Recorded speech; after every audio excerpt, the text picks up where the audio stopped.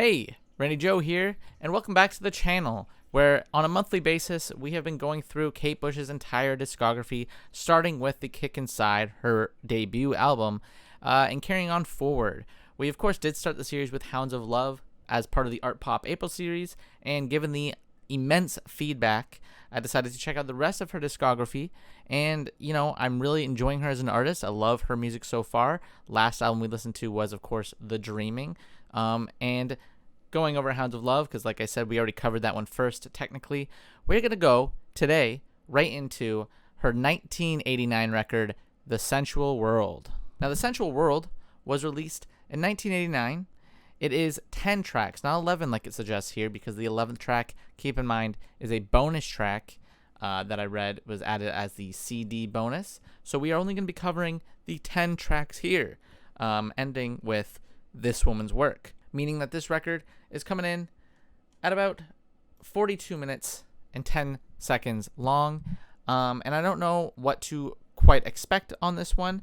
I just expect it to be, you know, the typical Kate Bush kind of fare in terms of kind of experimental, kind of out there, very unique as an artist, and an artist that is wholly creative and singular in her vision, much in the way that someone like David Bowie feels like they take an album and they kind of have a specific vision and style that is entirely unique. So far, every album has impressed me in some way or another, other than Lionheart, which I was a little bit more, I would say, negative on than her other albums, only because I felt like, you know, after The Kick Inside, there wasn't too much progress, but again, we are putting that on the label and not on Miss Bush, of course. But without further ado, let's jump into this record, and as always, I will take the track as they are, examine them, listen to them, enjoy them as they are, and try not to delve into the lyrical side of things too much beyond my own interpretation. And then if I am confused or if I want some further explanation, I will, of course, go into it after the track comes to a close. But let's just jump into the first one here, The Sensual World, the title track. What can we expect?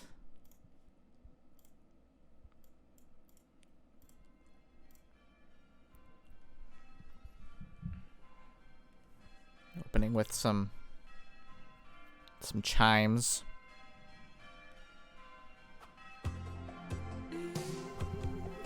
I'm expecting it to be more spacey, given Hounds of Love's more spacey nature.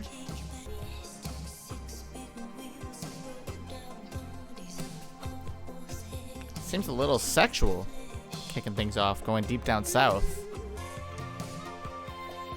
Oh. I like the instrumental here, like the, I'm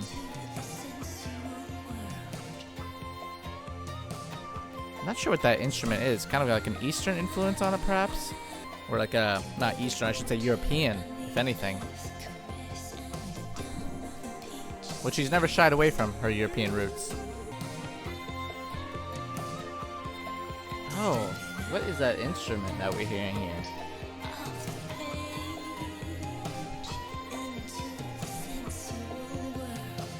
Some sort of synth, perhaps? I'm not sure. Let me know in the comments. It could be the Fairlight CMI, which, as we know, the Fairlight CMI has been used quite heavily in her discography for some time. I think Never Forever was the first time we saw her make use of that. And here we are, Sensual World, she's still using it. You know, a pretty popular instrument in the 80s and definitely in the Kate Bush discography. She seems to be quite the fan. I can't tell what that instrument is. Maybe it's the bouziki, popular in Greece. It could be that one. It's part of the lute family. It does not sound like a lute of any kind, so I don't think that's it. I have no idea what it is.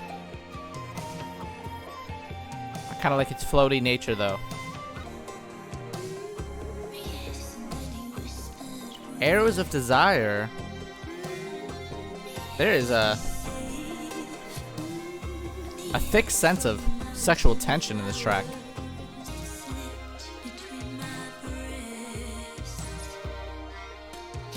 Kate.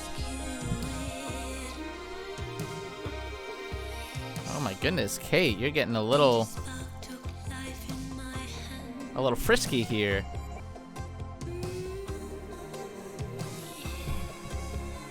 I really like the airy sound of this one too. Beautiful opener, great title track.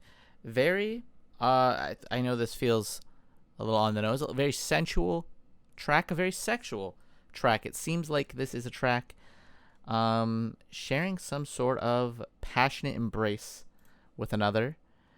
You know, fairly abstract in its lyrics, but also quite direct in, I think, the imagery it's going for here. Oh, I did not know this is heavily inspired by the book Ulysses by James Joyce. I myself have not read Ulysses, so I am, you know, here once again, an amateur.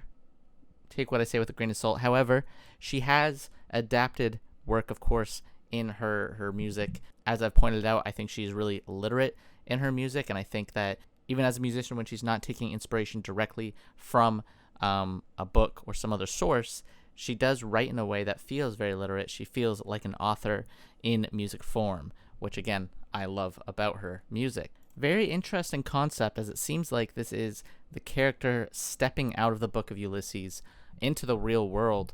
However, also taking inspiration from what I gather to be some sort of sex-infused moment within the text. Again, not too clear on it, but I will say, taking this at face value, not taking in the aspect of the novel. Personally, I found this to be a really fantastic, enjoyable, very airy track that has a great sense of atmosphere above all else, with some very nice abstract lyrics, kind of delving into a sexual nature. Loved it. Thought it kicked things off great. Let's go into Love and Anger, because you know, where's she gonna go from here? Because it's a whole, I'm gonna have this airy feel to it. I hope so. I do love when Kate Bush takes on that atmosphere.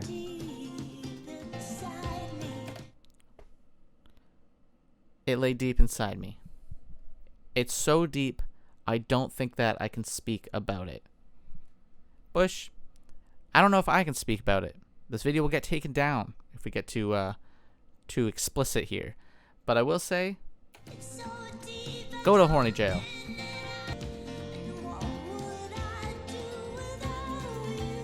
Oh. I like the rattly nature in this singular drum.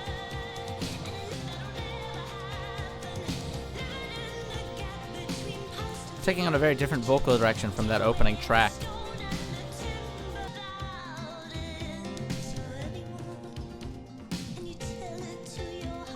Lots of double entendres, I think I'm gathering from the lyrics here.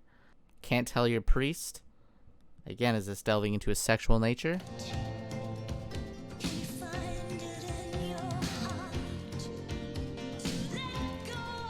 I really like the piano work too so far on this album.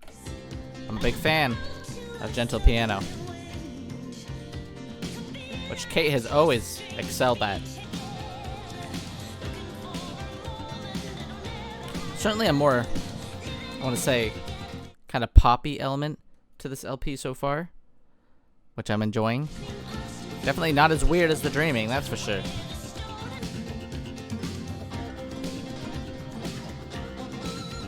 Oh! I like this. Oh, that electric car. The guitar just teasing us.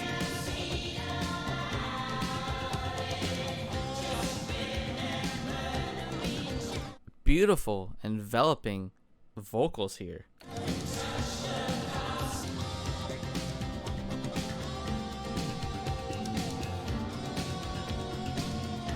The guitar work also very much reminded me of David Bowie's work. Specifically, passages on Station to Station.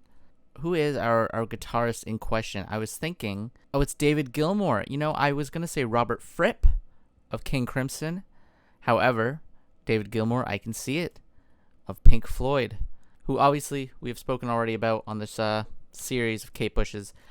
He played a key element in the start of her career by discovering her as a musician, as one may say. A very electrifying guitarist. Very similar to me of Robert Fripp. Oh, Gilmore.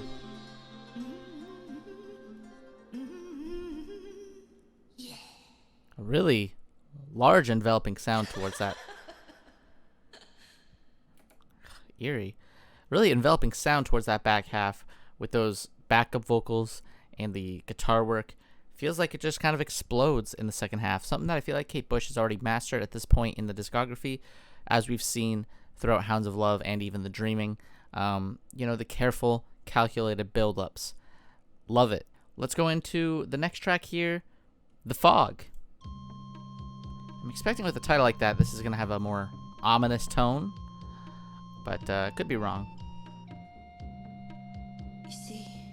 I do like this. Perhaps a synth of some sort. Just put your feet down, child. Ooh, her use of male vocals too. They always come in used quite heavily on The Dreaming and Hounds of Love, especially that back half of Hounds of Love. I do like this atmosphere. Very kind of seductive album so far. Ooh. She's losing her grasp, perhaps, on this figure. Oh. The string work.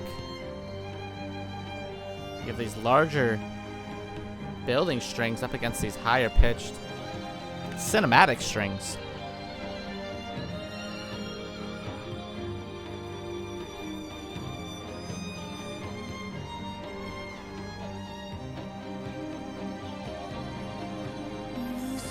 I love the strings on this album, on this track. This love, wide as an ocean, perhaps.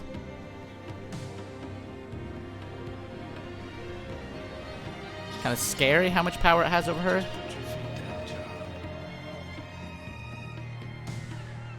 It's a weird sense of eeriness to this track. I can't quite pin down.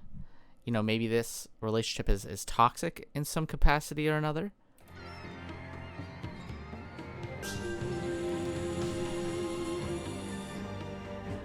Is this maybe about getting into a relationship with a sense of fear?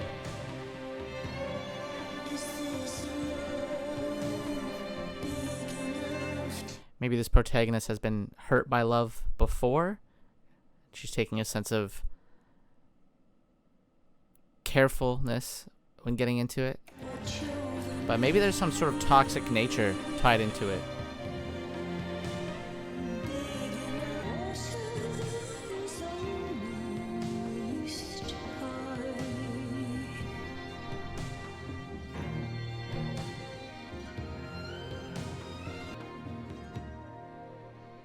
Okay. What a cinematic track that was. I loved the strings specifically. It's such a soaring, kind of ethereal tone to them. Or like a limbo, a sense of purgatory, because that whole track felt very eerie, kind of ominous. I'm not too sure what the relationship is implied to be here.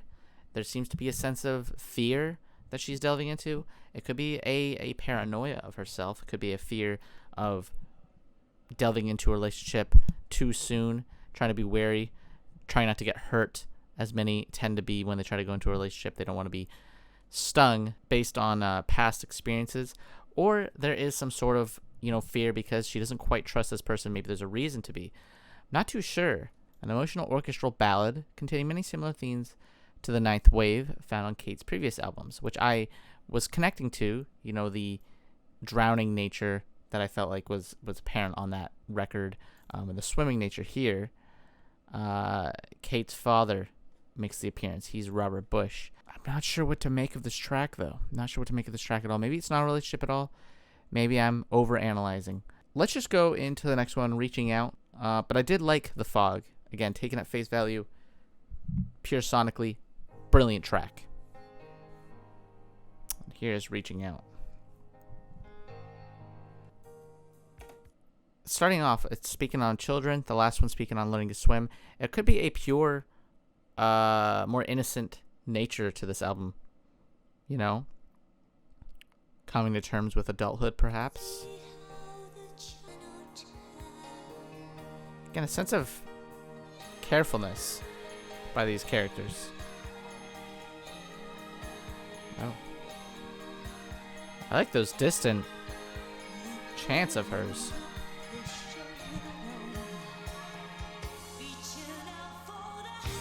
Oh. Splashing right into things.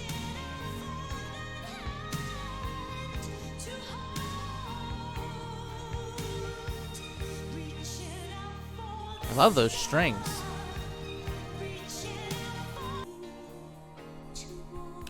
Lots of instincts on this track.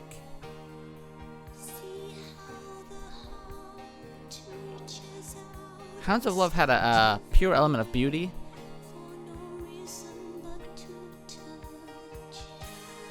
There's a lot of beauty on this track and the last one, while still feeling like there's some sort of ominous tone surrounding it. But it could just be the atmosphere that's throwing me for a loop here. I do really enjoy it, but it feels harder to examine lyrically. Okay.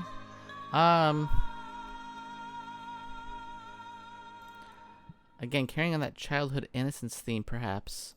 Probably my least favorite so far. I just felt like, even though I really liked the strings, I loved how much it kind of splashed into that sound. I wish it developed a bit further. I wish lyrically it went a little bit further, because I felt like the lyrics were quite minimal. Not as much focus placed on them that time around. But I still think, I guess I feel like that could have grown a bit more. I feel like it could have taken more time to develop is the main issue I had with it. But let's just keep things going. Heads were dancing. Heads were dancing, or heads were I guess heads were dancing with the way it's spelled here. What the hell? Very bizarre opening here. It's like a techno jarring. Oh, and that part wasn't. This is a very different direction from the rest of the album. At least more so in the kind of rattly synth. Is this a criminal here? Is that what we're getting here?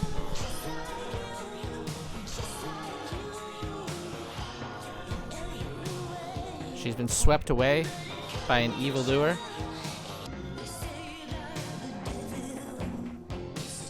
I love the kind of louder drums throughout this record. Have that very distinct 80s sound to them.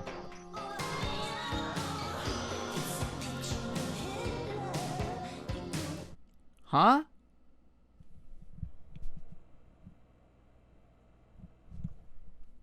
I'm assuming the use of Hitler here is hyperbole, you know, for effect of this character is just so twisted and evil, and she's being swept away by his charms. I don't think it's a literal Hitler.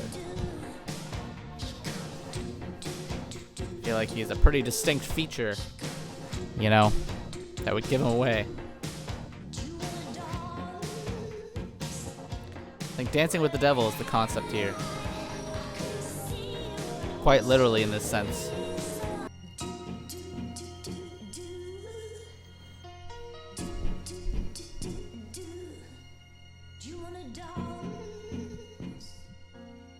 Slowing things down here.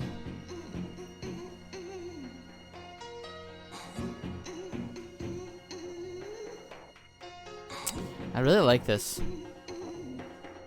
kind of skittery synth work in the background. Oh.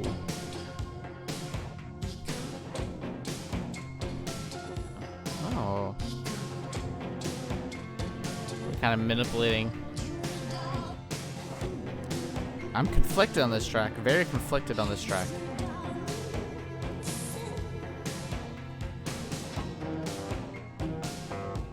the heck? Really like, thick, bassy sounding synth, sounds like. I crept in. Okay, in this darkly comedic song, a man approaches the narrator in 1939, which makes sense given the line. It was 39, which I should have picked up on. However, 1939, and asks her for a dance at the toss of a coin. She accepts, and when the penny comes up heads, they dance, and she finds the stranger charming. He would seem to be. The next morning, though, she learns his identity when she sees him on the front page of the newspaper. She had been dancing with Hitler. So it was literal. I did not think it was upon that listen there. It was such a strange track. Like, I feel like this is one of the weirder tracks for Bush to do so far.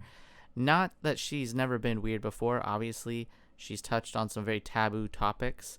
But a dance with Hitler feels so bizarre. Imagine pitching that one to the label.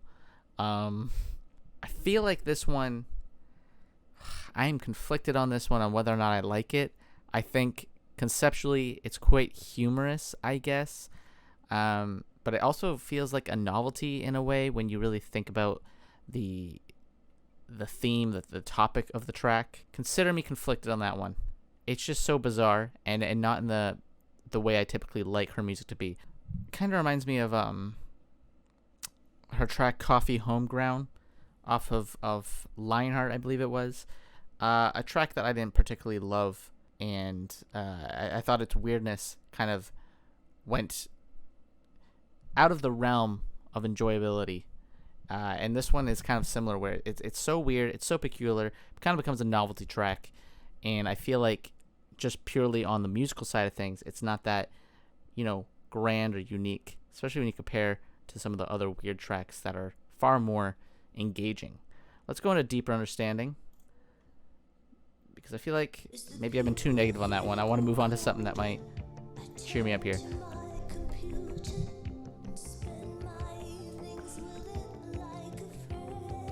This was written in '89. She's talking on computers already.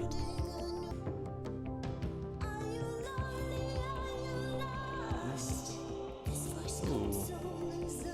Very futuristic kind of theme already, considering this came out in '89.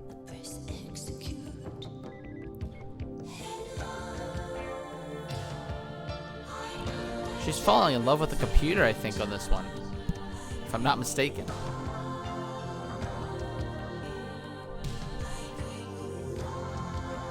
If anything, this track's aged quite well, given our addictions to our own devices today.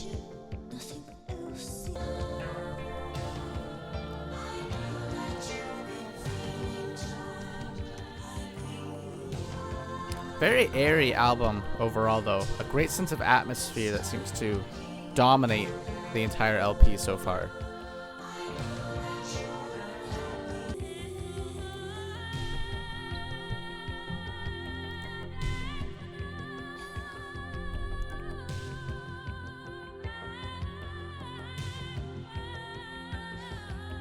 What are these, like,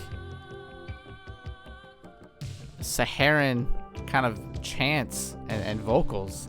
I feel like we're lost in the Middle East there.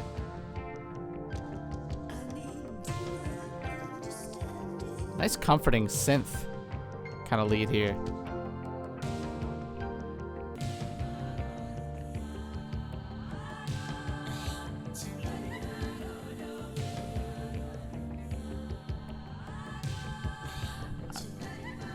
Lots of unique vocal passages in the background, such as that chant we had there at the end, and the kind of Middle Eastern infused sort of calls that were in the midsection. This track seeming to speak on a very ahead of its time theme, which is this character falling in love or becoming obsessive over her device, a computer. Now, this came out in '89. This was before even the internet really took hold. And that was long before we had these guys in our hands on a day-to-day basis. And I feel like just from that alone, it's very unique in a sense. It feels like it is super, I guess in a way, predictive of what was to come. And in that sense, I think it's great. But it's still not a track that hits me as hard as, I would have liked. I feel like, again, I would have expected this to go a little bit weirder given the themes of it. But I did like the kind of sci-fi element kind of tied in. But let's keep going. Between a Man and a Woman.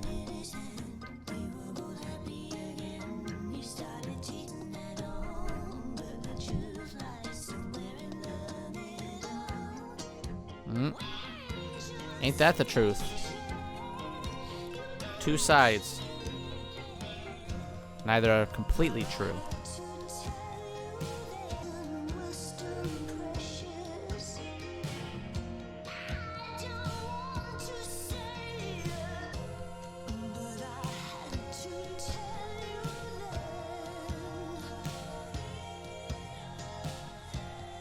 Very, careful pacing throughout this record, I would say. A lot of the tracks feel like they always feel quicker than their actual runtime.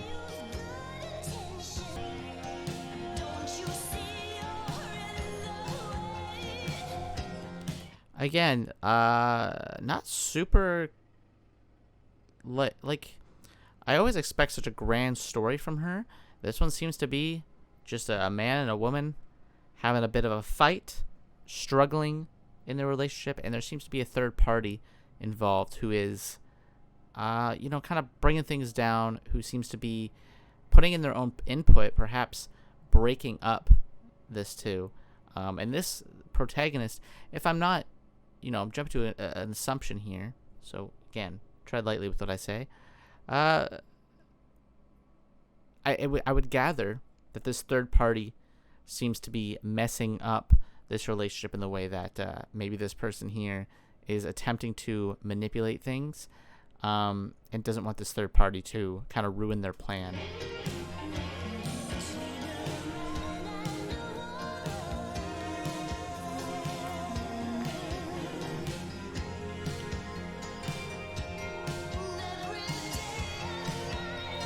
Like they're losing a sense of control over their loved one here because of that third party coming in, perhaps offering more clarity than she would have liked.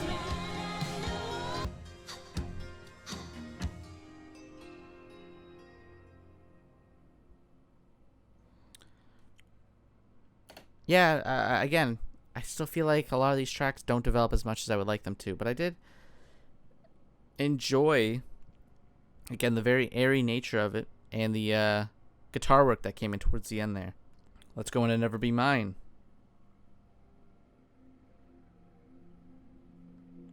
I feel like after that third track, things have started to kind of falter ever so slightly.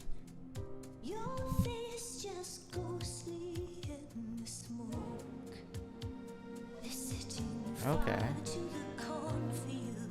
Did like that kind of flute effect. Again, adds to that airy atmosphere.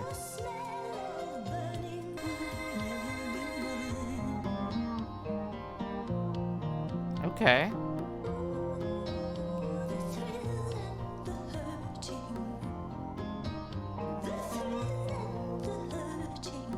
Do like this piano and synth passage. Seems like she... Oh, I love that flute.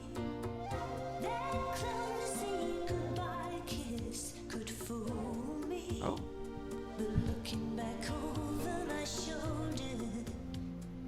Seems she's in love with her own creation in her mind, her own vision of this other.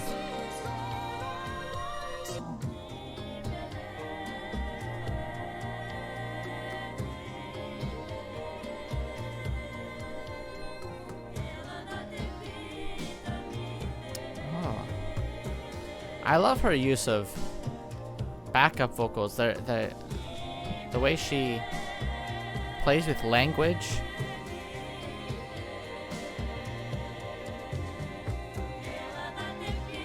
doesn't typically aim for a purely English sort of backdrop, which adds to the very otherworldly effect of the album.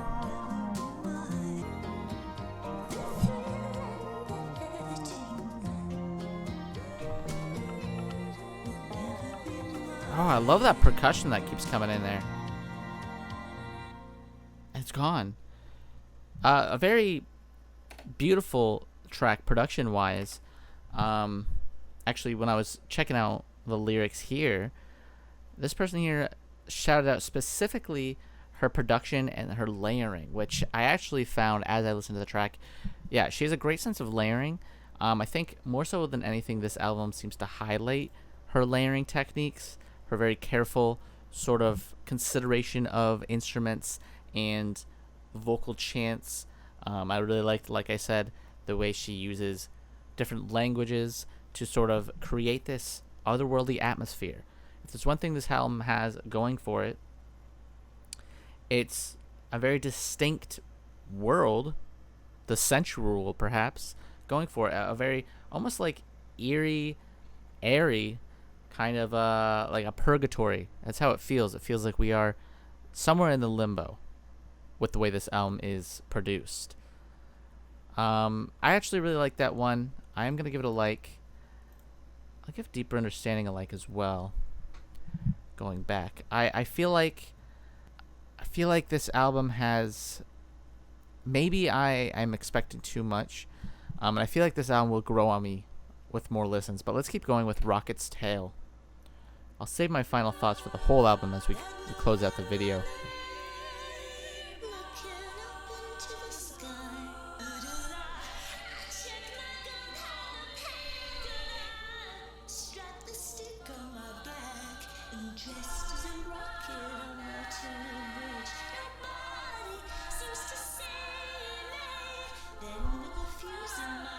Is she becoming a rocket here?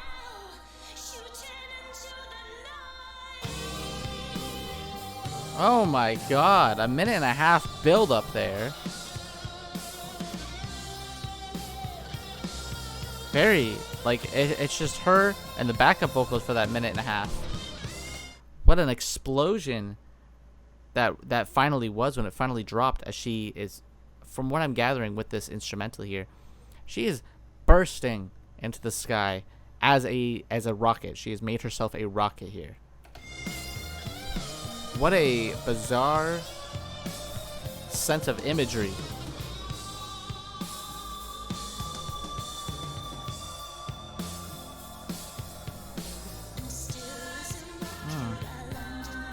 Again, these vocals in the background.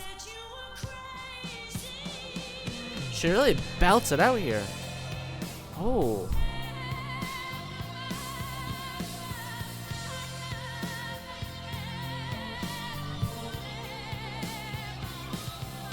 This is a very soaring sounding track.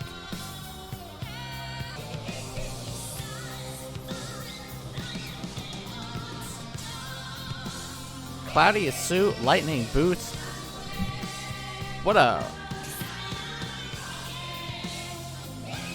I love her use of lyrics on this one here.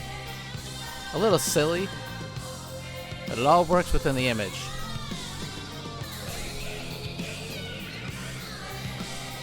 This got a really heavy outro. Now that cycling drum too.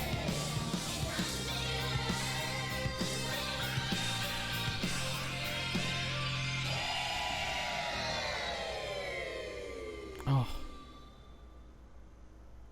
Okay. What a bizarre track that was.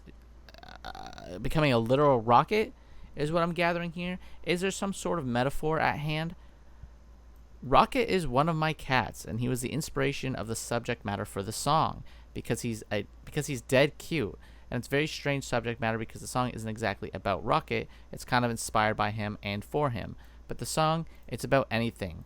I guess it's saying that there's nothing wrong with being right here at this moment and just enjoying the moment for its absolute fullest. And if that's it, that's okay.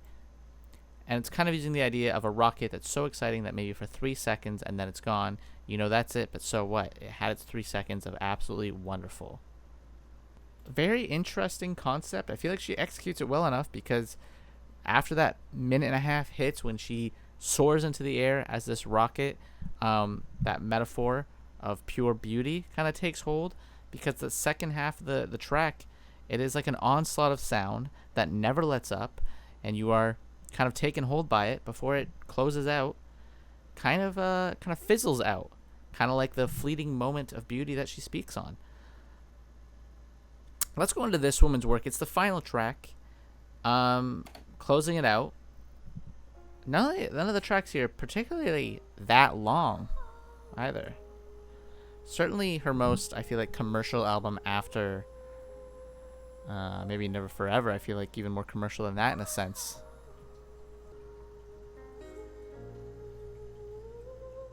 I like this piano and her gentle calls.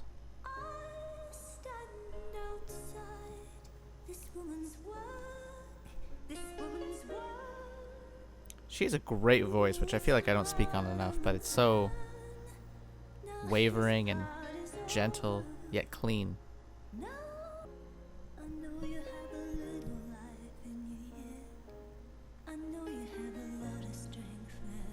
Very emotional, this one sounding.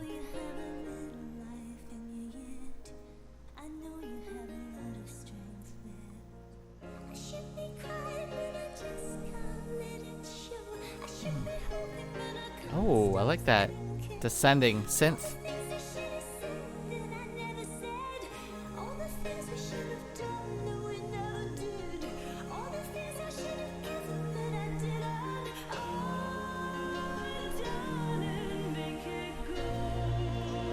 Oh my goodness, lots of regrets here.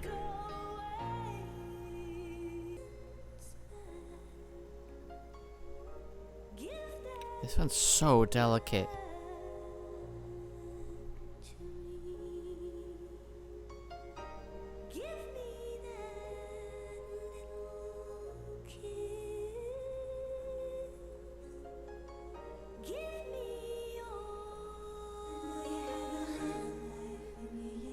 This is perhaps on a topic of grieving.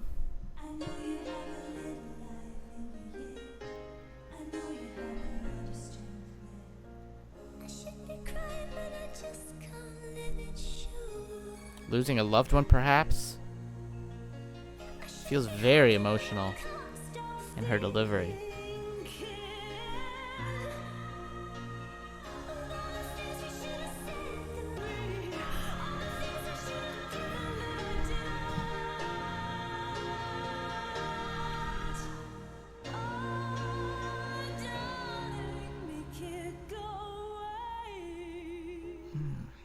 A track of regrets.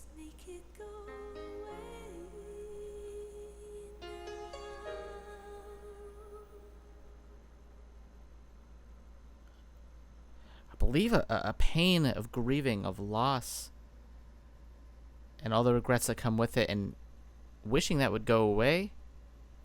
For taking that at face value, what a incredible final track that was. So delicate, so careful, beautifully paced.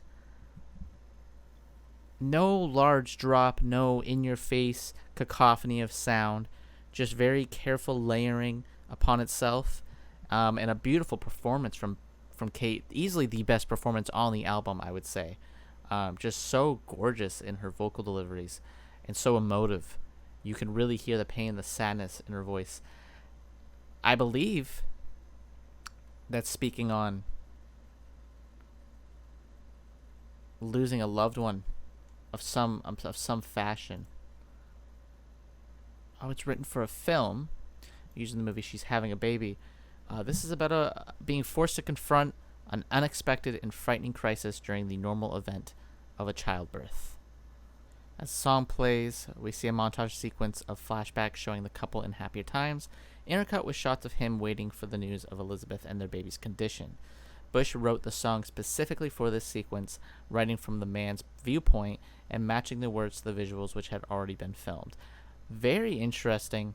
The way this works so well as a standalone track, but I could certainly see, despite not seeing this movie, the kind of image being created here.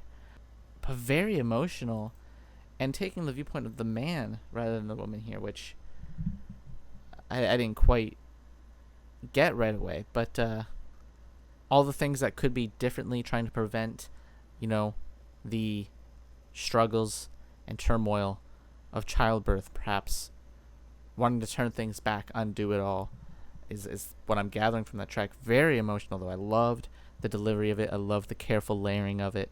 I loved how just emotive Bush's voice was. Wow.